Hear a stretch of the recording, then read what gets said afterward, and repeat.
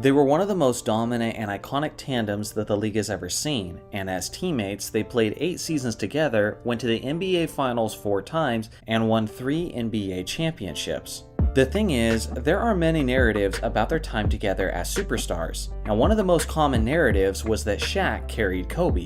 You hear all kinds of fans, critics, and even analysts make these claims, but is there any legitimacy to it? Today, I'll be answering that as I'm speaking from experience considering how I watched nearly every single Laker game during that era. In order to come to a conclusion on whether or not Shaq carried Kobe, all we have to do is look at the 3 seasons where they won the championship, seeing how those are the only ones that matter in this instance.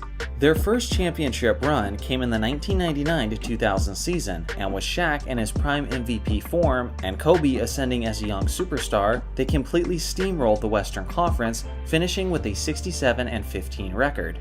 Although the Lakers were running the triangle offense under Phil Jackson and Tex Winter, make no mistake, the regular offensive game plan was designed to run its way through Shaq, as the Lakers played an inside-and-out style of basketball.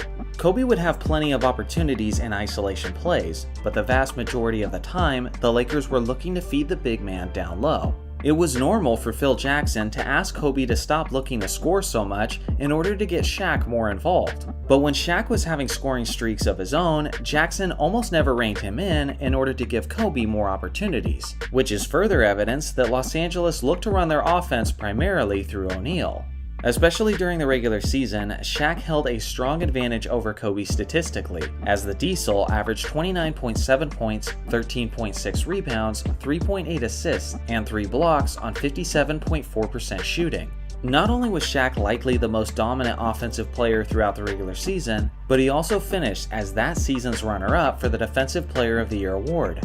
Now compare his production to the Mamba, and you'll see just how big of a gap there was between the two in terms of impact, as the 21-year-old Kobe put up just 22.5 points, 6.3 rebounds, 4.9 assists, and 1.6 steals on 46.8% shooting. Again, that's quite impressive for a developing star who's in his early 20s, but there was no denying that Shaq was clearly the superior player at this point. But as we all know, the NBA championship is won and lost in the playoffs, not the regular season. The first round was a hard-fought best-of-5 series that went the distance. It was against their rivals, the Sacramento Kings. Although Shaq was likely the MVP of that series, Kobe was no slouch either, as he put up a monstrous stat line of his own. In the second round, the Lakers handily defeated the Phoenix Suns 4-1, and Shaq once again clearly outshined Kobe in terms of production. With that being said, Kobe's impact was still tremendously significant throughout the series, as he not only poured in decent numbers offensively, but he also completely locked down Phoenix's all-star point guard Jason Kidd, who shot awful percentages and committed a total of 18 turnovers thanks mostly to the Mamba smothering him consistently. In the Western Conference Finals, the Lakers and Blazers had a hard-fought 7-game series. Once again, Shaq clearly outproduced Kobe offensively, but Bryant was incredible defensively and even averaged more block shots that series than Shaq did. One thing that's often forgotten is that the Lakers were heading into the fourth quarter of Game 7 trailing by a whopping 13 points. And although the famous lob from Kobe to Shaq is the iconic moment in people's minds, many people don't realize that it was Kobe who led the charge that saved the Lakers season, as he outscored Shaq, out-assisted him, out-rebounded him, and out-blocked him with half the amount of turnovers. In other words, one may go as far as saying that Kobe was the one who carried the Lakers in the most crucial game of their season. On to the NBA Finals now, where the Lakers and Pacers went to 6 games before Los Angeles eventually clinched their first title in over a decade. Shaq was named the Finals MVP of that series, and rightly so, as he completely and utterly outclassed Kobe statistically, while playing in all 6 games, compared to Kobe, who missed nearly 2 whole games due to his famous ankle injury. Bryant did have that iconic overtime sequence in Game 4, where he took over the game after Shaq had fouled out, and hit 3 incredibly clutch shots to seal the win for Los Angeles.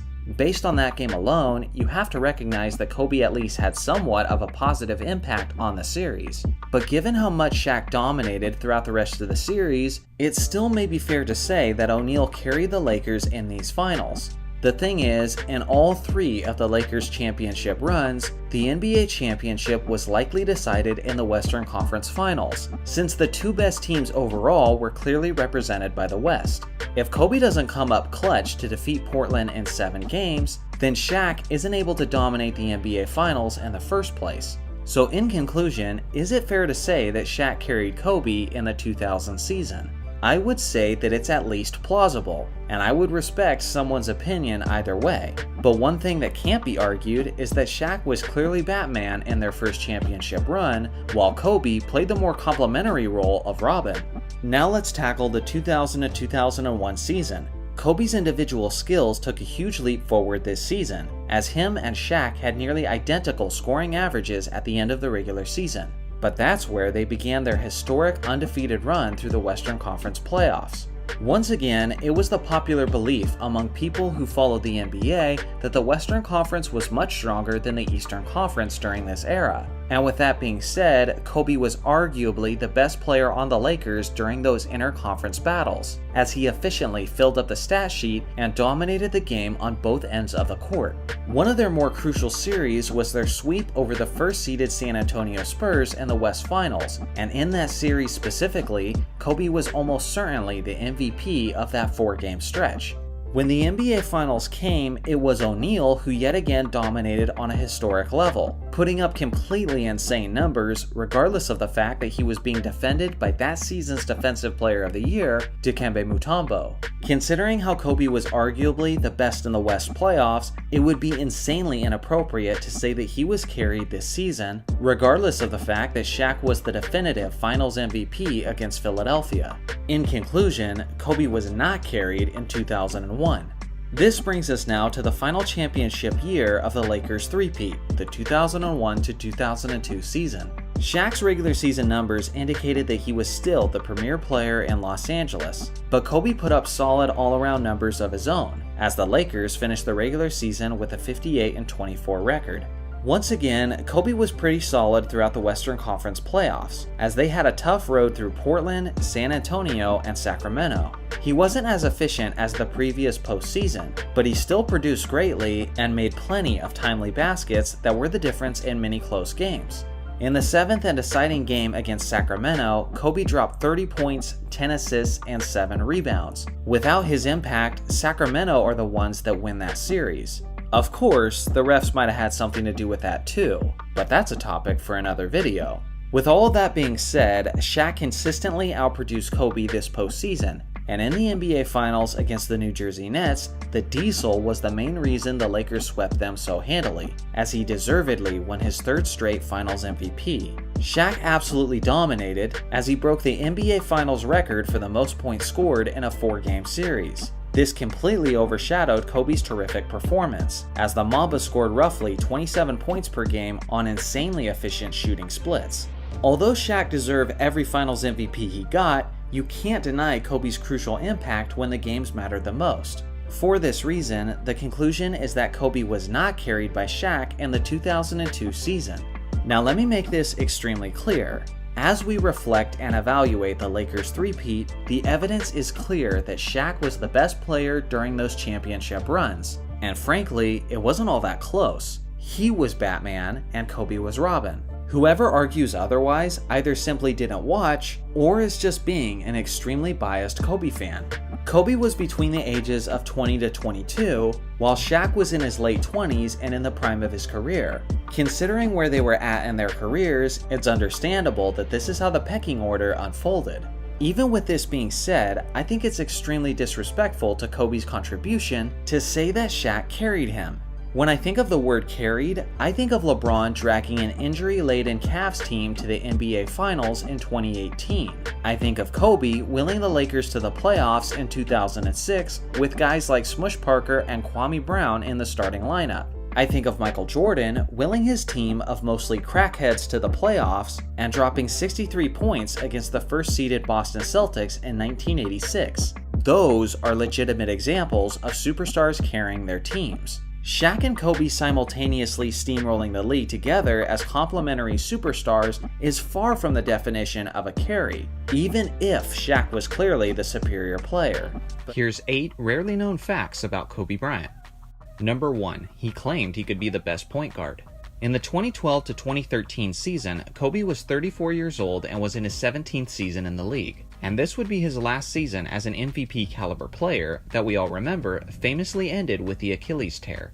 I've gone on in past videos about how incredibly impressive this season was. But one thing I haven't yet mentioned is about his small stretch of games where he played primarily as a facilitator. It was January in a 3-game home stretch against Utah, Oklahoma City, and New Orleans. And in those games, he put up stat lines of 14 points, 14 assists, 9 rebounds, then 21 points, 14 assists, 9 rebounds, and then 14 points, 11 assists, and 8 rebounds. A more selective Kobe shot 59% from the field over that stretch, and the Lakers won all 3 games. In the post-game interview of the 3rd game, Kobe was asked many questions about his newfound love of facilitating, and Kobe gave credit to his childhood idol, Magic Johnson. When asked how he would do if he focused all of his energy on being a point guard for an entire season, Kobe responded with this. What you think I'm gonna say? I wasn't gonna be the best. Number 2. Kobe turned down a scoring crown. Heading into the Lakers' final regular season game of the 2011-2012 season, a 23-year-old Kevin Durant and a 33-year-old Kobe Bryant were sitting atop the rest of the league as scorers. Durant was averaging 28 points per game and Kobe was averaging 27.8. He would need just 38 points to take the scoring championship away from Durant. The Thunder had no regular season games left to be played, but it appeared that Kobe had one more opportunity to take the crown as his own. It would be in Sacramento against a terrible Kings team that Kobe averaged 33.5 points against that season. So if he really went for it, 38 points is theoretically something that the Mamba could have easily accomplished. The thing is, the Lakers were already locked into the 3rd seed of the Western Conference, and the difference between a win and loss in Sacramento was completely meaningless from a team perspective. When asked about the scoring title, Kobe said, "It's not very important. San Antonio was playing me single coverage yesterday. If it was important to me, I would have gone for 50 yesterday." So when given the opportunity, Kobe sat out the game against Sacramento to instead rest and prepare himself for the playoffs. People have said this to me before, but if anyone ever says Kobe's desires for stats and personal accolades were stronger than his desire to win, then please point them to this game. Number 3. At a time, Kobe was planning to join forces with Michael Jordan on the Wizards. During his 2 seasons playing with the Wizards, there were ongoing private conversations between Kobe and Jordan. Kobe was frustrated playing alongside of Shaquille O'Neal for many well-documented reasons that I'm sure most of you are aware of. Kobe's free agency was approaching in 2004, and that would be the time for him to head to Washington. But Jordan was no longer playing at that point, and it was assumed by pretty much everyone, including Jordan, that when he was done playing with the Wizards, he would assume his role as the team's president of basketball operations. But that's when the plan fell through, as the Wizards owner Abe Pollin fired Jordan in May of 2003.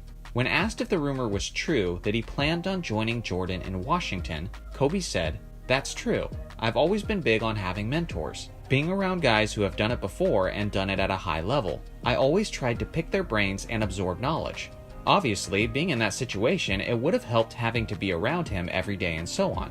We would have put together a great team, and we would have won championships." Looking back on it, this is definitely one of the more interesting what-if scenarios for the career of both Kobe and Jordan. Number 4. Kobe was actually booed at Staples Center. This one requires a little bit more context. The Laker fans were in a different headspace in the mid-2000s. After the departure of Shaquille O'Neal, Kobe had a terrible supporting cast, and in the next several seasons, Kobe was either missing the playoffs or getting bounced in the first round, despite the fact that he was leading the league in scoring. Many of us Laker fans were beginning to question if Kobe could win a championship for us without Shaq, and Kobe was starting to doubt as well. After being eliminated from the playoffs for the 2nd straight year to the Phoenix Suns, the Mamba took his frustration to the media and publicly demanded a trade in the summer of 2007. This started a whirlwind of rumors and a stressful offseason for Laker fans. At any moment, we were expecting news to break that Kobe had been traded to the Bulls like he wanted. Despite Kobe's demands, management refused to trade Kobe. This brought us to October 30th, 2007. It was opening night against the Houston Rockets, and Kobe gets booed by the Staples Center crowd at his introduction and in his first few possessions when touching the basketball. It was a surreal sight considering everything Kobe had already accomplished for that crowd. Kobe then had a legendary performance in a thrilling game and dropped 45 points. The funniest part was that in just 2 hours after the crowd was booing him, that same Laker crowd was then chanting his name at the free throw line. Half minute to play here in the third quarter. Lakers ultimately lose the game by 2 points. They land Pau Gasol in a trade a couple months later, and the rest is history. Number 5. Kobe tried out for the Celtics and was nearly drafted by them. Kobe was a young and exciting prospect heading into the NBA, but as a 17-year-old, the expectations of him were far from being as high as several other rookies coming into the league. The Celtics then asked a high school version of Kobe to come in for a workout. As a lifelong Lakers fan, Kobe certainly wasn't comfortable sporting the Celtic green, and said years later that he really didn't want to put the uniform on. Unsurprisingly, everyone in the Celtics organization was impressed with his skills and abilities. The head coach of the Celtics, M.L. Carr, said, "I'm telling you, he put on a shooting exhibition the way he stroked the ball." Carr was also impressed with Kobe's knowledge and appreciation for Celtics history, saying, "He said all the right things. He sounded like a Celtic." Celtics general manager at the time, Jan Volk, said, "If you closed your eyes and thought a little bit, you might have thought you were watching Michael Jordan." With praise like that, it would seem like a foregone conclusion that the Celtics would draft Kobe. But with that being said, the Boston Celtics own the 9th overall pick in the draft, which they almost certainly would have used to take Kobe. But the '96 draft was loaded with talent, and there were 6 players with lots of hype surrounding them, known as the Super Six of '96. They were Allen Iverson, Marcus Camby, Ray Allen, Antoine Walker, Sharif Abdul-Rahim, and Stephon Marbury. It was assumed that if you had a top 6 pick, you couldn't pass these guys up. The Celtics managed to pull off a trade to move up from the 9th pick to the 6th pick, which they then used to select the 6'8" Antoine Walker. A great player, but he isn't Kobe, and the Celtics involved are still regretting that decision to this day. When asked how Kobe would have responded if the Celtics had drafted him, he said, "I would have tried to carry on Bird's legacy. Absolutely. I would have done it with a tremendous amount of pride and honor." Number 6. Kobe got MVP chance in Boston. Not much backstory to this one. It seemed as if it was just a regular night in Boston in early 2007. Well, Kobe was doing Kobe things that evening, hitting some of the most absurd, difficult, and highlight-worthy shots, I would say, of his career, but these were pretty standard in his prime, let's be honest. The game is getting out of hand for the Celtics, and it's Kobe that's closing it out. After each incredible basket, the crowd grows louder and louder, as there's pretty much nothing to root for besides Kobe at a certain point. He then caps off his night with an insanely difficult three-pointer that basically only he can hit regularly. It was his 43rd point, and that triggered this unthinkable event.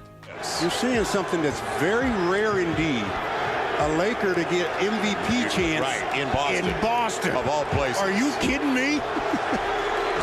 I know Red Auerbach is rolling over. Number 7. Kobe was actually outplayed in his first 50-point game.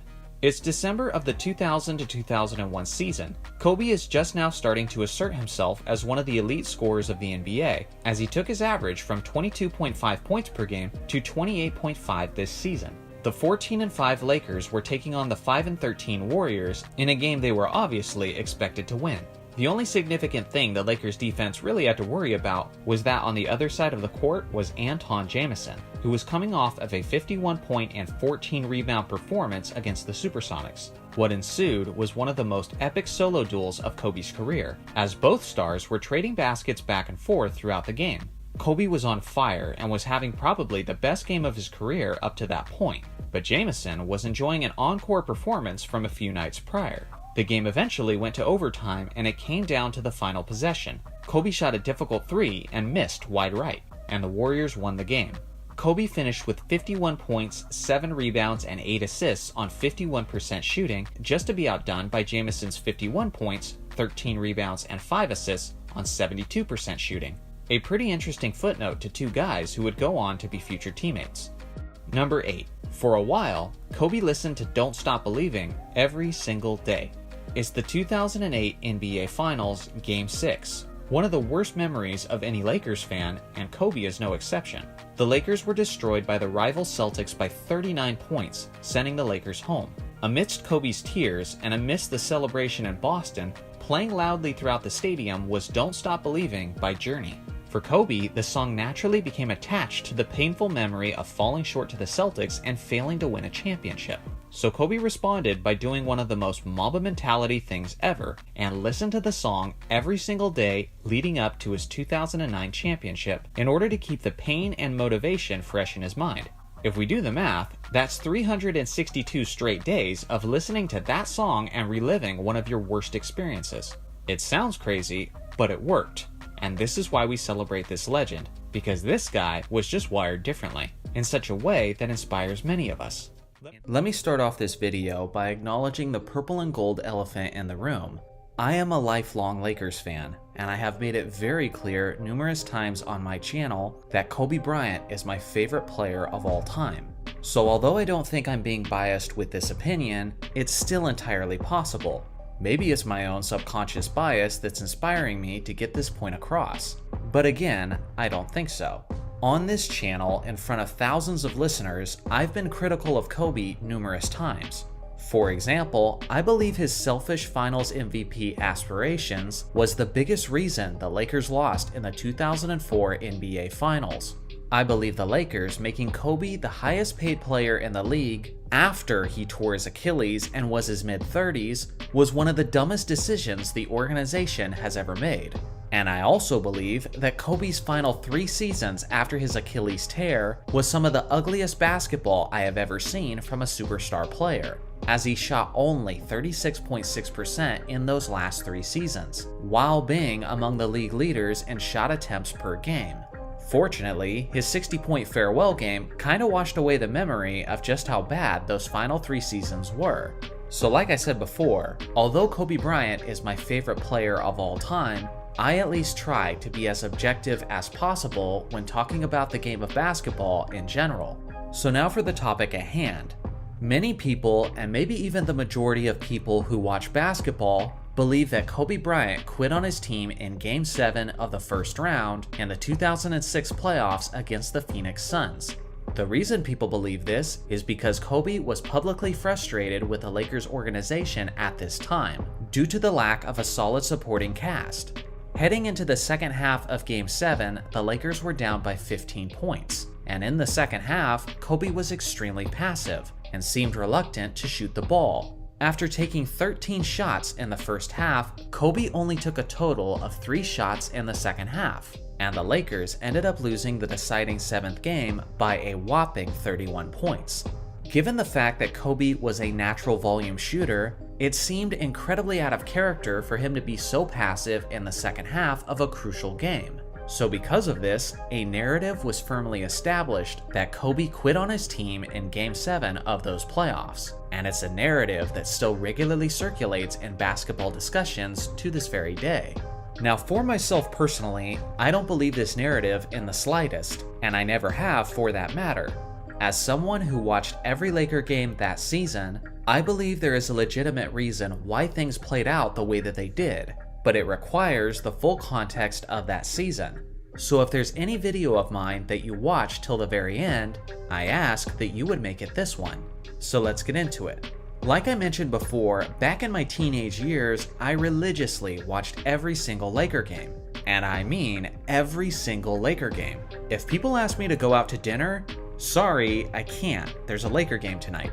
Friends invited me to a youth group event? Sorry, I can't. There's a Laker game tonight. The girl I had a crush on invited me to her place. I would love to tomorrow, but there's a Laker game tonight. So with that being said, I vividly remember the themes and the talking points throughout that season. One of the themes was this: when Kobe wasn't scoring as much and he got his teammates involved, the Lakers tended to win games more often. This was a constant talking point during the Lakers pregame telecasts. Back then, on the Lakers local broadcast on Fox Sports Net, they had a pregame segment called Philosophy 101. It was a consistent pregame event where the Lakers head coach Phil Jackson was being interviewed by Bill McDonald, before he was the Lakers' official play-by-play commentator. Throughout the season, Phil was constantly preaching about the Lakers' need to get Kobe's teammates going as well. Although Kobe averaged 35.4 points per game that season, Phil Jackson understood that the Lakers' best recipe for success was to play a free-flowing team game. And to be honest, this has always been a major coaching tactic throughout Phil Jackson's career. as the triangle offense is one that requires plenty of ball movement, and one player constantly scoring in isolation plays is a disruption to that offense. In 1989, when Phil Jackson replaced Doug Collins as the head coach of the Chicago Bulls, he asked Michael Jordan to decrease his scoring and share the basketball more in order to win more basketball games. In 2003, when Kobe scored 40 points in 9 straight games, Phil asked Kobe to put an end to that streak so they could get Shaquille O'Neal more involved in the offense. And again, in 2006, Phil was constantly telling Kobe that he needed to trust his teammates more in order for them to be successful. And you know what? Based on the evidence we have from the Lakers' 05 to 06 season, Phil Jackson was right. When it came to Kobe's scoring, there was a sweet spot for the Lakers that season. Phil Jackson knew this, the Lakers broadcast crew knew this, and I, as a frequently spectating Lakers fan, came to learn this. In the 05 to 06 regular season, in games where Kobe scored 27 to 34 points, the Lakers had a remarkable 15-3 record. This was a Lakers team that finished as a 7th seed in the NBA playoffs. Yet when Kobe was scoring in this points range, the Lakers were winning at the rate of a first-seeded team. Now on the other hand, in games where Kobe scored 35 to 42 points, the Lakers had a disappointing 13-15 record. That's quite the contrast between the two different approaches. The coaching staff understood that when the Lakers played a natural flowing team game, they were pretty successful. But when it was all about isolation plays in the Kobe show, they were struggling just to be a team above 500. Obviously, if Kobe's going to score 81 points or 62 points in just 3 quarters, the Lakers are going to win those games. But if Kobe is going to have a game where he scores merely 40 points, then it would have been better for him to score only 30 while keeping his teammates involved. This wasn't just a theme of the Lakers' regular season, but this theme carried over into the playoffs against the Phoenix Suns. After the first 4 games in this playoff series, the Lakers had a commanding 3-1 lead over Phoenix. The thing is, Kobe wasn't looking to score very much as the Lakers were dominating the Suns, as he averaged only 23 points per game over the course of the first 4 games. Now games 5 and 6 were a totally different approach. In those games, Kobe averaged a ridiculously efficient 39.5 points per game. In those 2 games, he was hitting 57.7% of his shots, and 50% from 3-point range. Yet the Lakers still lost both of those games. Up to the point of Game 7, this theme had been consistent throughout the entirety of the season. The Lakers coaching staff knew this, and Kobe Bryant knew this. When Game 7 started, Kobe continued his scoring onslaught, trying to will his team to the second round with his scoring ability. There was only one problem though. At the end of the first half, Kobe had 23 points on 61.5% shooting, yet his Lakers were still losing by 15 points. At this pace, with this current tactic, Kobe is going to have another game where he scores over 40 points, but his Lakers are going to lose by 30. Kobe's shoot first, pass second strategy wasn't working. It didn't work throughout the regular season, it didn't work in games 5 and 6, and it certainly wasn't working in the first half of Game 7. So when Kobe came out in the second half of Game 7 looking to pass the ball, I didn't see a player who was quitting on his team by being passive. No, I saw a player who knew that what he was doing up to this point wasn't working, so he tried the exact opposite.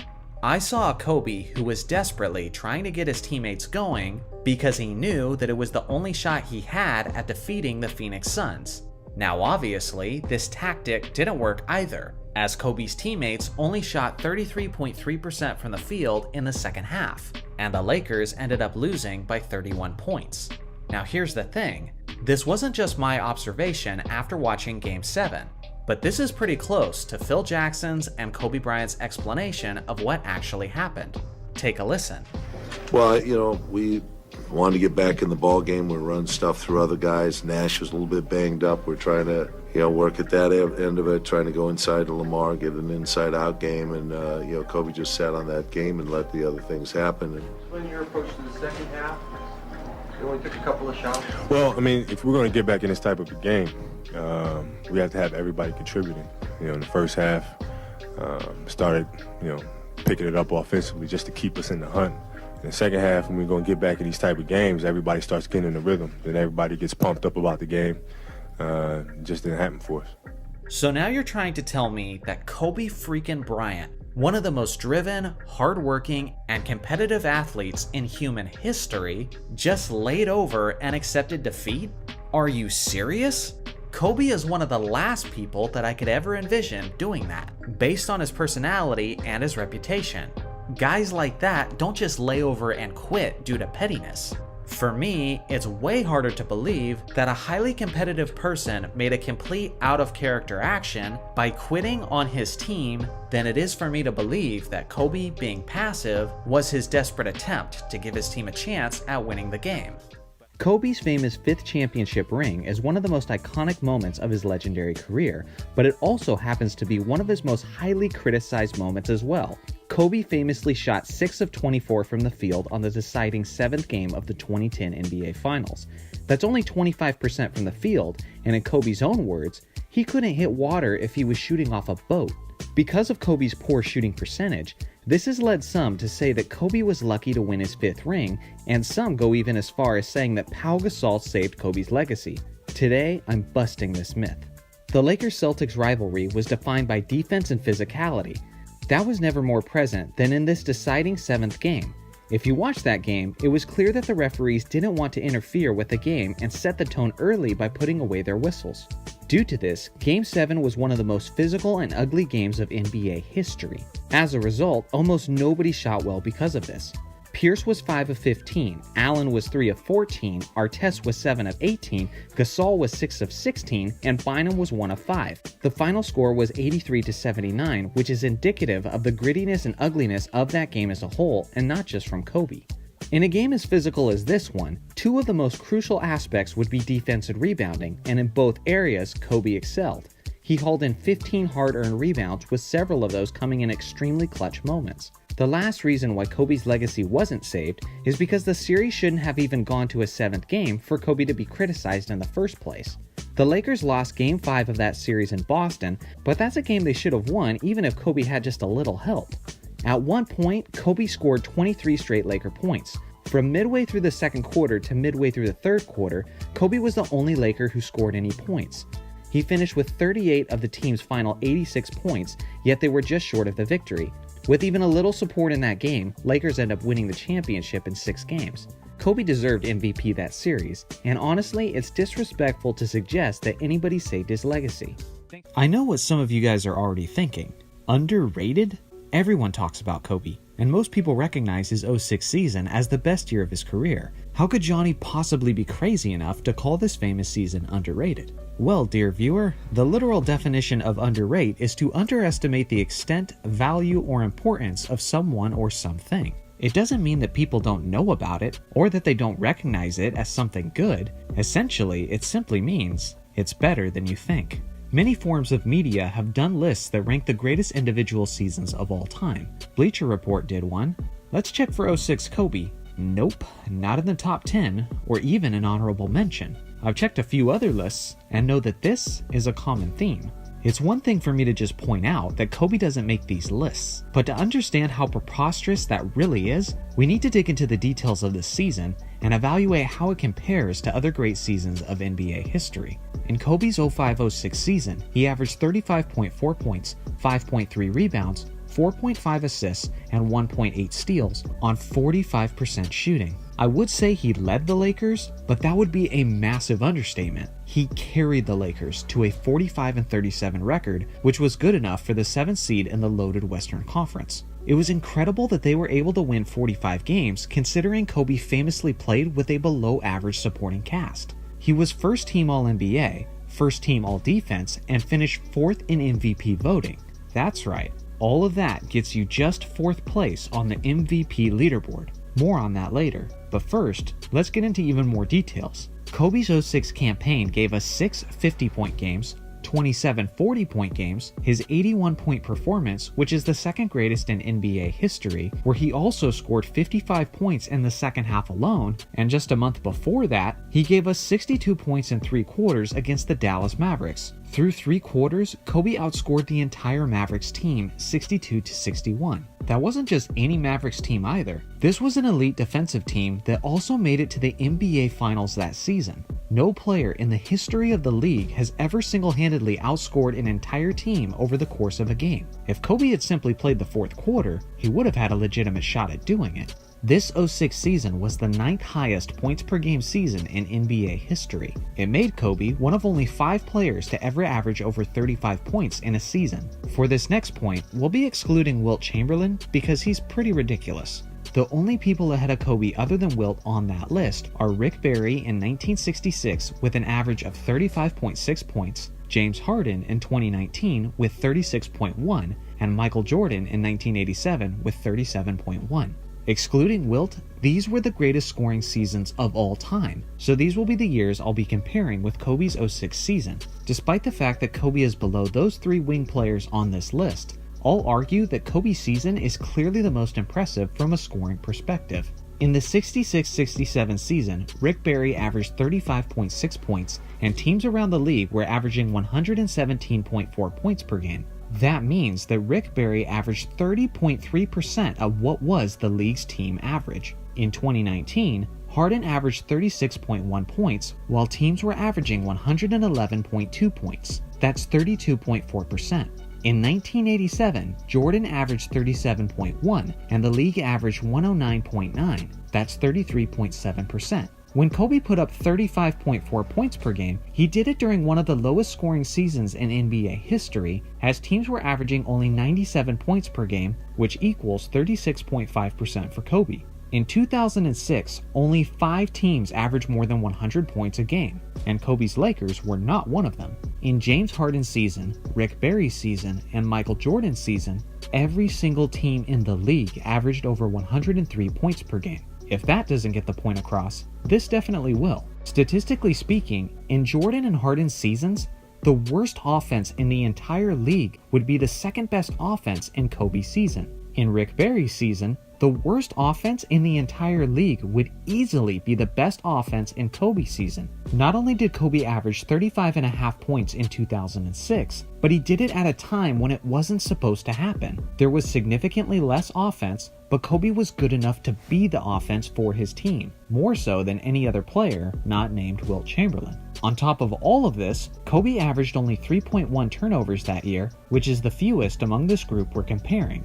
We've talked a lot about how impressive these seasons were offensively, but consider this. Kobe was the only player out of this group to also make the All-Defense team the same season. Not only that, but Kobe made first team All-Defense, meaning that not only was he the best scorer that season, but he was also the best defender at his position as well.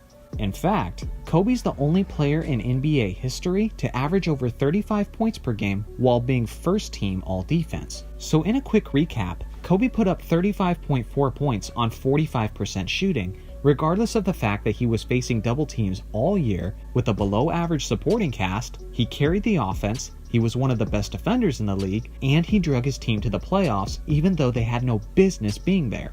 That is the definition of a valuable player. So the fact that Kobe only finished 4th in the most valuable player race is absurd. Instead, Steve Nash was that season's MVP. LeBron James was 2nd, and Dirk Nowitzki was 3rd, even though the 4th placed Kobe seemed like he had the best season of the guys on this list. And I'll explain why this happened. There is a consistent formula to the NBA's MVP voting. There's 2 key aspects. 1, obviously, you have to have strong stats, and 2, you have to have a winning team. This is another major reason why Kobe's 06 season is underrated, because the formula is stupid, and he should have won MVP that year, or at the very least, should have finished higher than 4th place. The award isn't called the best player on an elite team. Either change the name of the award or start getting it right. The most valuable player, in a literal sense, isn't always on a top 2 team in the conference. Without Kobe, the Lakers would have been at the very bottom of the Western Conference. Why would you expect a guy who has Smush Parker, Kwame Brown, and Luke Walton in his starting lineup to win 60 games? Kwame Brown, God bless him, is a scrub. That's ridiculous and completely unrealistic, but that's basically the way it works when it comes to MVP voting. As all of you know, Kobe Bryant was one of the most lethal scoring assassins in NBA history. His most iconic and memorable scoring performance was of course his 81-point game. But what if I told you that this game was only one of several games where Kobe could have possibly scored 80 points? At the end of the third quarter of the 81-point game, Kobe had a total of 53 points. On several other occasions, Kobe had a similar performance through 3 quarters and didn't even play in the fourth quarter. Today, we take a look at some of those less-known scoring outbursts from the Black Mamba. Here's 5 games Kobe could have scored 80 points. Number 5. January 2002 versus the Grizzlies. When people remember the early years of Kobe's career, they probably think of the domination and championships Kobe and Shaq were able to accomplish as a dynamic duo. Phil Jackson was the head coach of those championship teams, and he coached the team using the triangle offense. It was an offense that featured lots of cuts and entry passes designed to get players into favorable positions for scoring. In other words, the offense was run through Shaq. Even with an offensive scheme that highly emphasized feeding the big man, Kobe was still managing to average near 30 points a game. But I remember watching Laker games as a teenager, wondering what Kobe would have been capable of offensively if Shaq wasn't always there demanding the ball. What would Kobe be able to do in an offense more geared to giving him the majority of the scoring opportunities? Well, on January 14th, 2002, we got to find out. Shaq was then serving a 3-game suspension for getting into a fight with the Chicago Bulls' Brad Miller. Fortunately, Shaq is as efficient with his punches as he is with his free throws, and Brad was able to live another day. Kobe decided to honor Shaq that game by writing his number 34 onto his shoes. Even with Shane Battier, one of the premier defenders in the league, guarding Kobe, he could still not be stopped that night. He was doing everything on the floor offensively, torching anyone and everyone who tried to slow him down, including his future teammate Pau Gasol. At the end of the third quarter, Kobe had 56 points on 21 of 34 shooting, while the entire Grizzlies team had only 59 points. When you consider that Kobe had 53 points at the end of the third quarter of the 81 game, you could see how easily Kobe could have had 70 and possibly an 80-point evening that night against Memphis. Only one problem. The Lakers were up over the Grizzlies 98-59 at the end of the third quarter, so Kobe sat out the entire fourth quarter. Number 4. February 2003 versus the Nuggets. This next scoring outburst was the third game of Kobe's historic 40-point scoring streak, which was 9 straight games. On the second game of a back-to-back, Kobe looked just as fresh as ever. He was hitting everything from highly contested fadeaways to acrobatic and furious finishes at the rim. With Kobe on fire to the extent that he was, the game was never in question, and the Lakers had a 32-point lead at halftime. Kobe didn't slow up, coming out firing in the third quarter and continuing to torch all of the nuggets thrown at him. In only 31 minutes, Kobe scored his total of 51 points with over 3 minutes left in the third quarter. Once again, due to the Lakers having a lead of over 30 points, Kobe did not play in the fourth quarter. As far-fetched as it might seem that Kobe would have scored 29 points in the fourth quarter if he had played, Kobe has managed to score 28 to 30-point quarters on numerous occasions, and considering that he had 53 at the end of the third of the 81 game, who knows what this game's total could have amounted to. Number 3. November 2006 versus the Jazz.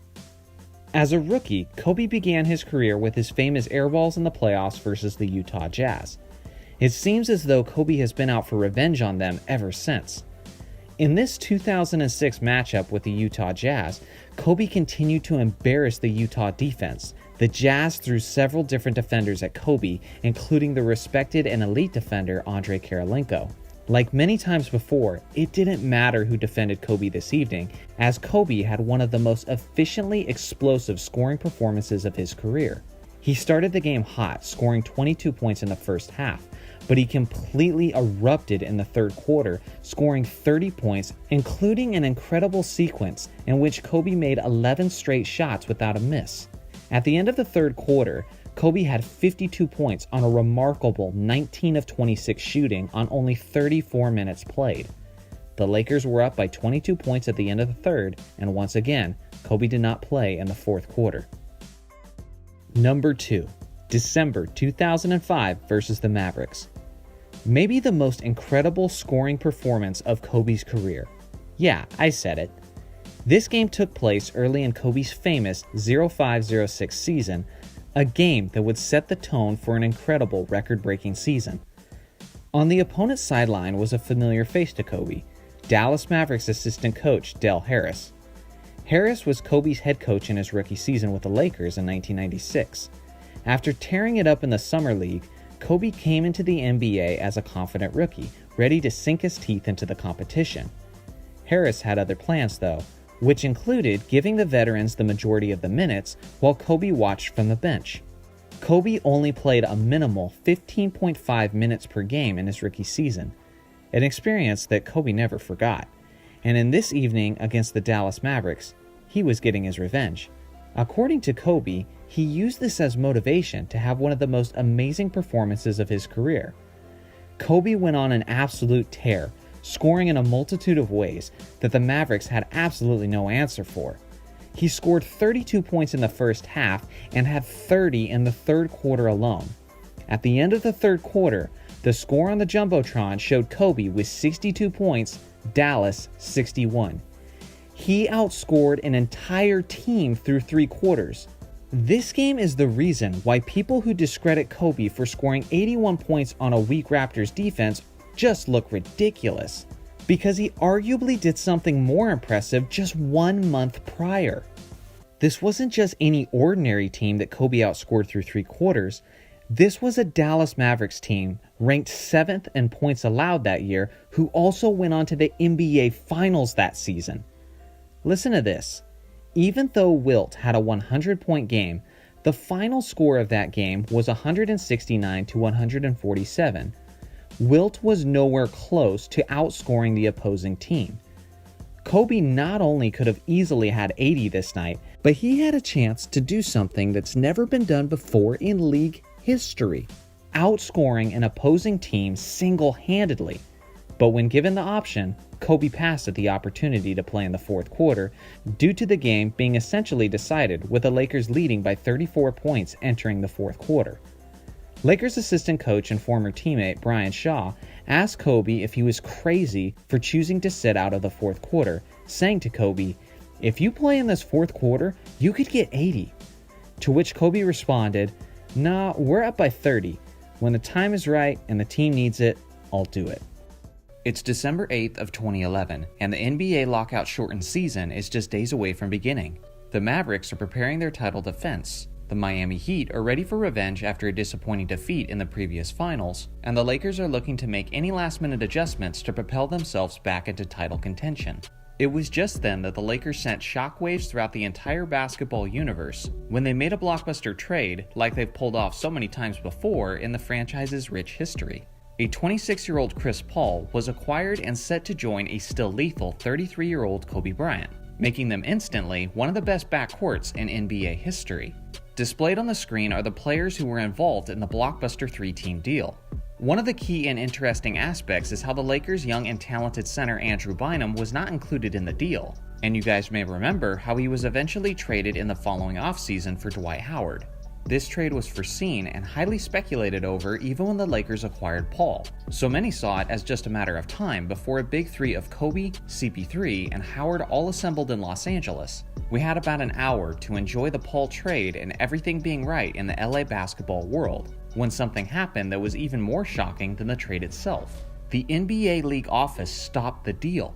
It was stunning. I had never seen such a thing, and it felt like a dramatic abuse of power. I was waiting for someone in the Lakers organization to try to take the league to court. I just couldn't understand how they could get away with this. In order to understand the league's decision, you have to understand what the climate of the NBA was in December of 2011. For months, small market NBA owners and general managers had been complaining about the difficulties of competing with larger markets. Player movement was at an all-time high, and the smaller franchises were finding it more and more difficult to retain their superstar players in free agency. On top of all of that, the league was only 1 year removed from the Big Three assembling on the Miami Heat, where LeBron predicted at least 8 championships. Throughout the NBA's history, we had seen plenty of different super teams, but still, the Miami situation was different. Never before have there been 3 top 10 players in the prime of their careers all signing on the same team in the same offseason. For owners and general managers, it felt like it set a jarring new course for the future of the league. So it's easy to understand why people in power were in a sensitive place in 2011. Immediately after the Chris Paul trade went down, League Commissioner David Stern was bombarded with complaints from other team owners around the league, as they were furious that the Lakers appeared to be assembling another super team, and were begging Stern to block the trade. The owners most notably complaining to Stern were Cavaliers owner Dan Gilbert, who had just lost LeBron to the Heat, and Mavericks owner Mark Cuban. Now, the crucial and often overlooked detail in this drama was the fact that the New Orleans Hornets were the only team in the NBA that were actually owned by the NBA itself, meaning they did have executive power to cancel or finalize trades for New Orleans. But up to that point, they almost never stepped in, and instead let the Hornets general manager Dell Demps handle all of the basketball decisions. But just because you have the power to make an executive order doesn't mean you should. It's worth mentioning that this was a very unique situation that doesn't currently exist in today's NBA. So although Dell Demps made the deal with the Lakers in this instance, after hearing the complaints of several league owners, David Stern blocked the trade. There would be no renegotiating and no adjustments necessary. The league was simply not going to let Chris Paul go to the Lakers. The craziest part was the political slap-to-the-face lie that the league gave us, making a statement that the trade was nixed for, quote, basketball reasons. No, it was clearly not for basketball reasons, which is exactly why they couldn't explain what those reasons were. If it was for basketball reasons, then they would have let Dell Demps keep his power, since he clearly had the best interest of his team in mind. But they didn't do that. Instead, they undermined Dell Demps by overriding his trade where he wanted to make the best move for New Orleans. Why is he even the general manager if he ultimately doesn't have control of basketball decisions within the organization? It was a move that simply protected the league office from the wrath of the team owners around the league, who were essentially just envious of the Lakers' ability to bring in talent. Can you sense my bitterness yet? I hope so, because as a Laker fan, and more importantly as a basketball fan in general, I will never, ever get over this. And here's why. The decision to not allow Paul to go to the Lakers and instead being dealt to the Clippers had a massive ripple effect on the league as a whole in many ways that were negative. First off, let's delve into how it affected the Lakers. As many of you know, players can take it really personally when their names are publicly involved in trade discussions. But it's something else entirely to hear that you are in fact being traded, just to then awkwardly rejoin the team because the league blocked the trade. Suddenly, the player feels betrayed and feels as if he isn't valued by the organization. These emotions didn't hit anyone harder than the Lakers' Lamar Odom, who tweeted shortly after the deal was blocked and said, "When a team trades you and it doesn't go down, now what?" Odom was apparently so hurt by the Lakers' attempts to trade him that reports began to surface that he had plans to skip the Lakers' training camp. The writing was on the wall. Because of the soured relationship between Odom and the Lakers, they had basically no other choice but to trade him to another team, which ended up being the Mavericks, where they essentially only got a draft pick in return, which was a huge blow to the depth of their team, which was looking to contend immediately. But that's just barely scratching the surface. The following season, the Lakers traded multiple picks for Steve Nash, who was quickly approaching 40 years old, was a defensive liability, and was extremely injury prone. This was a regrettable decision. They don't trade for Steve Nash if they have a prime-age Chris Paul. If they have CP3 instead of Steve Nash, then they don't hire Mike D'Antoni because of the Nash and D'Antoni connection. This time, they get it right, and Phil Jackson, who was ready to take the job, is selected to be the head coach instead. If Kobe has CP3, Dwight Howard, and Phil Jackson, then they certainly don't struggle to make the playoffs. And if they don't struggle, then Kobe doesn't play an absurd amount of minutes desperately trying to make the playoffs that ends up with him tearing his Achilles. In the midst of Kobe's streak of crazy playing time, Ramona Shelburne wrote an article of the risk of wearing down Kobe to such an extent. And what do you know? A few games later, the Achilles popped. I like Dwight Howard on the Lakers a lot more if CP3 is his point guard to work with. Chris Paul has done an excellent job in years past of making centers like Tyson Chandler and DeAndre Jordan have some of their best years. Dwight Howard would have benefited from that connection as well. I also have much more confidence in Kobe and Dwight working together if Phil Jackson is there to manage the egos. So let's dive in more specifically to how this affected Kobe. If the Chris Paul trade goes through, then Kobe goes on to win his 6th ring just like MJ, and maybe that's even the way he retires. In all of my knowledge of basketball history, there's no player who I know as much about, or whose mindset I understand as much as Kobe's. And Kobe was talking about possibly retiring in 2012. But he didn't retire in 2012, he retired much later in 2016. So why was that? Well, it's simple. Because he couldn't get 6. It was clear as a close viewer that Kobe's mission and purpose as a competitor was to win his 6th ring, equaling him to Michael Jordan. When Kobe won his 5th ring, he was quick to point out that he now had as many as Magic and one more than Shaq.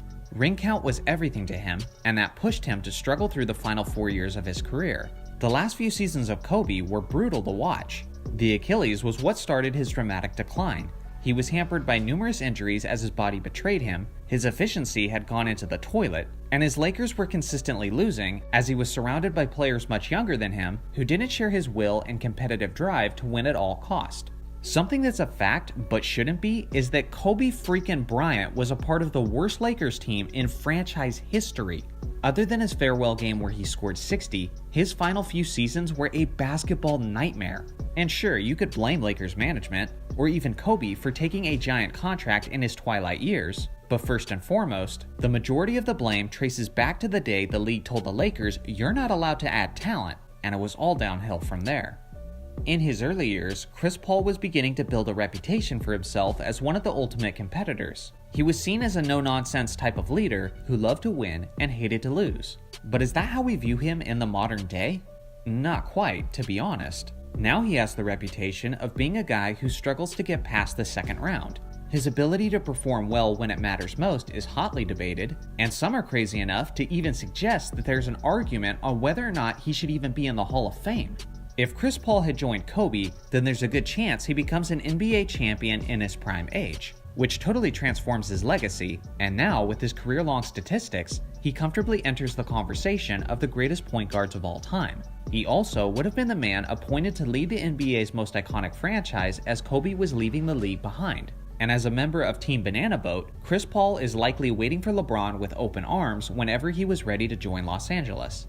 If Chris Paul had joined the Lakers, they may have won a championship, but them even getting to the NBA Finals certainly wasn't a foregone conclusion. They would have had to get past a young Oklahoma City team in 2012, or they would have had to get past a strong San Antonio group the couple seasons after that. But regardless, if they could just pull it off any one of those seasons, then we would have witnessed what has become one of the greatest what-ifs in basketball history. The Miami Heat would have been waiting for the Lakers, and Kobe versus LeBron finally happens in the NBA Finals, and the outcome likely gives us a definitive answer on how we would rank the two players. It would have been one of the most watched, most hyped, and most significant finals we've ever seen between two legends who seemed destined to be rivals, but unfortunately just never were.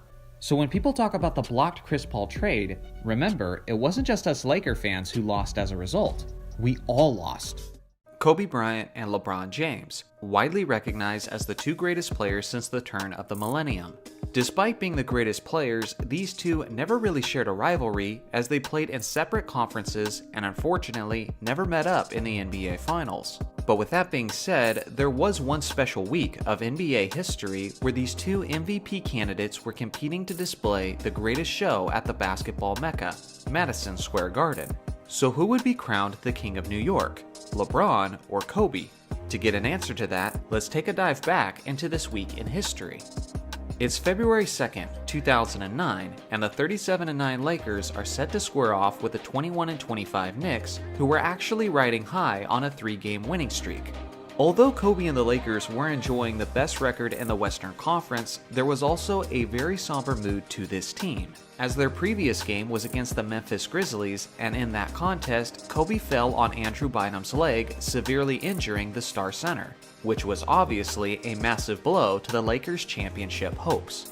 After the loss to the Celtics in the previous NBA Finals, Kobe spoke about how Andrew's rebounding and rim protection was missed, and likely played a part in the Lakers losing the series. So to then see Bynum go down again almost felt as if we were seeing the Lakers' championship hopes go up in flames once again, and you could see it on the Mamba's face. The morning of this matchup with the Knicks, news broke to the Lakers that Bynum had suffered a torn MCL and was likely to miss the rest of the season. With this massive blow to their confidence and psyche, Kobe took it upon himself as a leader to re-energize his teammates and convince them that come hell or high water, they're still winning this championship. Leading up to tip-off, Kobe was laser-focused and barely spoke to anyone, and that level of concentration would pay off on the court. Kobe came out hot and seemingly couldn't miss anything. A desperate New York squad threw all kinds of different defenders at him, like Quentin Richardson, Wilson Chandler, and even David Lee took some shots at him as well. But it didn't matter, the result was the same each time. No one was stopping the Mamba on a mission this night. The shots he was hitting had an insane degree of difficulty that was leaving the crowd oohing and awing. As the game was beginning to get out of hand, the New York crowd had lost interest in the Knicks' chances to win the game, and instead, they were cheering on Kobe as he was making history. With his 56th point, he became the highest scoring road player in the history of Madison Square Garden, eclipsing Michael Jordan's iconic double nickel game. When Kobe scored his 61st point, he became the highest scoring player in Madison Square Garden history, surpassing Bernard King's 60-point performance in 1984. As a triumphant Kobe went to the bench, he was showered with MVP chants from an appreciative New York crowd, which only a few players can ever say they've accomplished. On the evening, Kobe finished with 61 points and 3 assists on 76.6 true shooting percentage, and the Lakers won the game 126-117. The Knicks didn't have very long to mourn their embarrassing defeat, because their very next game was just 2 nights later against LeBron James and the Cleveland Cavaliers. LeBron had his own interesting story heading into this New York matchup. James had a massive free agency decision to make in the foreseeable future, and at the time, the New York Knicks appeared to be the favorite to land the king, and for good reasons. LeBron was doing just about as much flirting with the Knicks organization that he could have without getting fined for tampering. He was famously known to be a New York Yankees fan, even going as far as wearing their merchandise to a Cleveland Indians game. LeBron had also been very vocal about the fact that Madison Square Garden was his favorite place to play basketball. So knowing these things, anytime LeBron played at MSG, it was a must-see event, as you expected to see the best from an auditioning LeBron. But having this matchup come so shortly after Kobe Bryant's record-breaking performance, we all knew that LeBron had a little extra motivation on this night. When the game began, LeBron was doing just about everything on the court, but you could also tell that his mindset was just a little different, as he was extremely aggressive offensively and was quick to let it fly from the perimeter, which was not his usual style at this point in his career. With that being said, LeBron was scorching hot and was destroying many of the same defenders that Kobe lit up just a couple nights earlier. To end the first quarter, LeBron hit a jumper at the buzzer, which gave him more points through the first quarter than Kobe had through his, and the New York crowd knew then that they were in for another long night. As the game continued, LeBron didn't let up with his efficient sniping, but whenever he wasn't scoring, he was also controlling the game as the floor general, finding his perimeter shooters whenever he drew most of the attention. Again, there wasn't much the Knicks could do to slow the superstar down, and as the game was approaching its end, LeBron was drawing close to history of his own. With this rebound in the final few seconds, LeBron secured his 10th board, which gave him the historic triple-double. He finished the game with 52 points, 11 assists, and 10 rebounds on 62.9 true shooting percentage. At this point, LeBron became only the 5th player in NBA history to ever achieve a 50-point triple-double, and this was also the only one to ever take place in Madison Square Garden. Unfortunately, these historic records for LeBron only lasted about 2 days, because the NBA went back and reviewed LeBron's 9th rebound, which he got with only 39 seconds left in the game, and they ultimately decided to take it away and credit it to his teammate Ben Wallace instead. Sorry for the poor quality, but this is the best version of the rebound that I can find. Personally, I don't see how they're justified in taking this rebound away from LeBron, considering how Wallace never seemed to have fully secured the loose ball before LeBron grabs hold of it. Regardless of how we personally feel about it, LeBron's official stat line now stands as 52 points, 11 assists, and 9 rebounds. This week of basketball should be remembered as one of the greatest of NBA history, as it not only featured 2 all-time great performances, but it was also about the incredible stories revolving around these performances. Kobe's leadership would become fruitful as his Lakers would go on to win the NBA championship regardless of the devastating Andrew Bynum injury. And as for LeBron, he would later beat out Kobe Bryant for the league MVP award, and he wouldn't go on to join the Knicks after all, but instead disappointed both New York and Cleveland fans when he famously decided to take his talents to South Beach. Unfortunately, we never got the rivalry we wanted so badly between these two legends, but at the very least, this week in New York was a small highlight of the greats competing against one another for the title of the King of New York. They're the two greatest shooting guards of basketball history, and although they sometimes appeared as mirror images of one another in terms of style, mentality, and personality, both individuals were actually much more different than the fans typically recognize. I've witnessed countless hours of both of these legends playing the game of basketball, and today, I'm breaking down every major difference that I could recognize in how the two approached and played the game. Obviously, this is just my own limited perspective, so let me know in the comments what are some differences that you've noticed. Number 1. Michael Jordan had much bigger hands. To people who don't know basketball on a deep level, this might initially seem like an insignificant detail, but it's actually quite the opposite. Phil Jackson has spoken in depth about the advantages Jordan had due to his monstrous hands, and even Jordan himself has elaborated on the edge it gave over the competition. Jordan's hands weren't just large for his stature, but he actually had some of the largest hands of any player of NBA history. With Jordan's massive mitts, he could easily palm and control the basketball, and he could use greater pump fakes and misdirect players more easily. It also allowed him to effortlessly alter and change his shot in midair, which would certainly be more difficult for players who had less control of the basketball due to their smaller hands. And obviously, in an era of hand checking, it made Jordan even more difficult defensively. In an interview in 2013, Kobe spoke about the difficulties of developing his game without that inherent advantage, saying, "Michael was blessed with massive hands, and Dr. J as well. I wasn't. I have big hands, but Jordan and Irving can literally pick up the ball like an orange. So I've had to do things to strengthen my hands, strengthen my forearms, to make sure that I have the grip to be able to do it. They obviously had the natural capabilities to do it. I had to work to get the strength to be able to do it." Number 2. Kobe was a harder worker. This is certainly a bold claim, and isn't meant as a slight to MJ, as he's certainly one of the hardest working basketball players that the game has ever seen. But on the other hand, Kobe has an argument for being the hardest working athlete of all time. As I mentioned in a previous video, the great Phil Jackson made this bold claim himself, which is quite stunning since he spent all of his coaching career with Michael Jordan and Kobe Bryant. Feel free to pause the video for more time to read Phil Jackson's full quote. As legendary as Kobe's drive was, I could even argue that it was sometimes a negative for Kobe, as he pushed himself so hard that it sometimes had lingering effects on his body. The Mamba was known to play through injury, play heavy minutes, put an insane amount of time into the gym, and apparently lived most of his basketball life on only 4 hours of sleep each night. With an insane work ethic like that, it's no wonder why he's one of the greatest players of all time. But then again, it also makes sense why he dealt with so many injuries throughout his career, considering the fact that he willingly put so much strain on his body. Number 3. Kobe was a better perimeter shooter. Numerous people have made the same conclusion, including Michael Jordan's longtime teammate Scottie Pippen. When you look at their three-point percentage next to one another, Kobe has a very slight advantage, and it's so close that you could basically call it a tie. But one of the key differences was the fact that Kobe had a much higher tendency of shooting three-pointers, as he shot more than 3 times as many as Jordan did over the course of his career. Some of that has to do with the surge in three-point attempts as the game has evolved, but even if you adjust for inflation, Kobe still had a higher tendency of three-point attempts.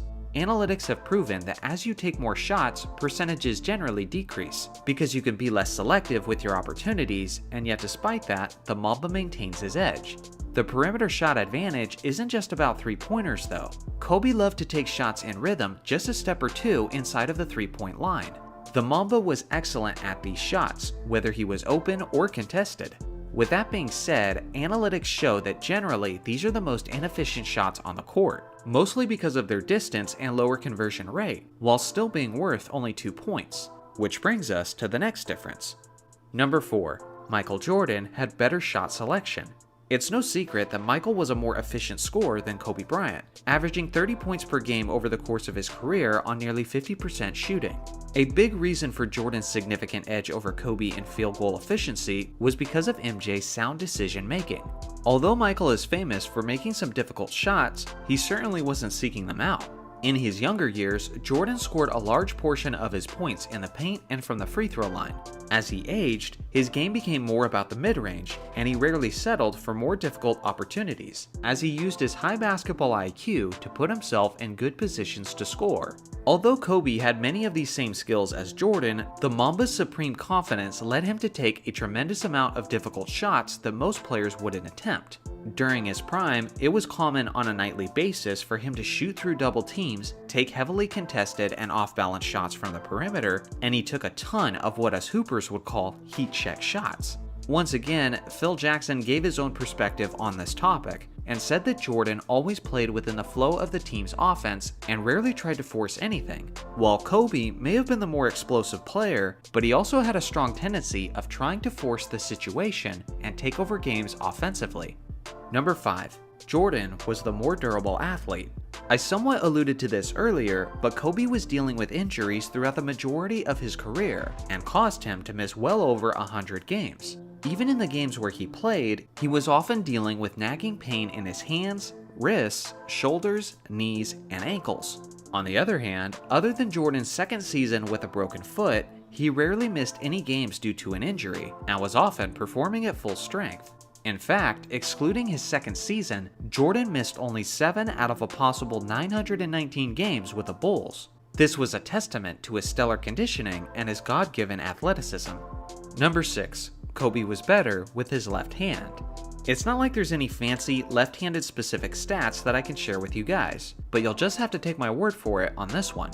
Now, Jordan has possibly the greatest layup package in NBA history, and a major aspect of that was his incredible ability to finish the play with his left hand. If that was the only aspect we were looking at, then this advantage would go to Jordan. But I'm pretty sure that Kobe still could have been a legit star even if he had to use his left hand as his dominant hand. The Mamba was working on his left-handed game from an extremely early age. When he broke his right hand, he showed up to Lakers practice and shot entirely with his left hand. And when he injured his right shoulder, he played a significant amount of a regular season game with only his left hand. And of course, many of us remember the ridiculous turnaround left-handed 3 against the Dallas Mavericks. If Kobe had to play a mid-range game as a left-handed shooter, he's one of the few stars who I believe could still be a successful scorer. Number 7. Michael Jordan had a greater vertical leap. Vertical leap comparisons are usually a sure way to get comment sections in heated debates, because it's hard to get credible and precise estimations of each player's leap. With that being said, most listings have Jordan's leap between 46 and 48 inches, while Kobe's is listed around only 38 inches. Even by just the eye test, it's not hard to see how Jordan could have such a tremendous vertical, considering his iconic and comfortably stylish free throw line dunks, and also how Jordan made his hang time famous by appearing to simply wait in the air for his defender to make his descent. Number 8. Michael Jordan is a more competitive person. Whether this is an advantage for MJ or a problem for MJ is really up to your interpretation. When it comes to their mentalities on the basketball court, both players were about as competitive, driven, and intense as a player could possibly be. But off the court is another story. In Kobe Bryant's own words, Michael Jordan was a more competitive person, from the standpoint that Jordan was competitive about more things. I don't think Kobe would have ever conceded that anyone cared more about the outcome of a basketball game than he did. But in an interview, Kobe explained that he's only extremely competitive about the things he cares about, while Jordan is competitive in absolutely everything. Kobe gave a funny example of a time the two athletes were out to dinner together and how Jordan would eat the food quickly just to finish his meal before Kobe did. There's many more differences between these two great basketball legends, but these were the biggest ones in my opinion.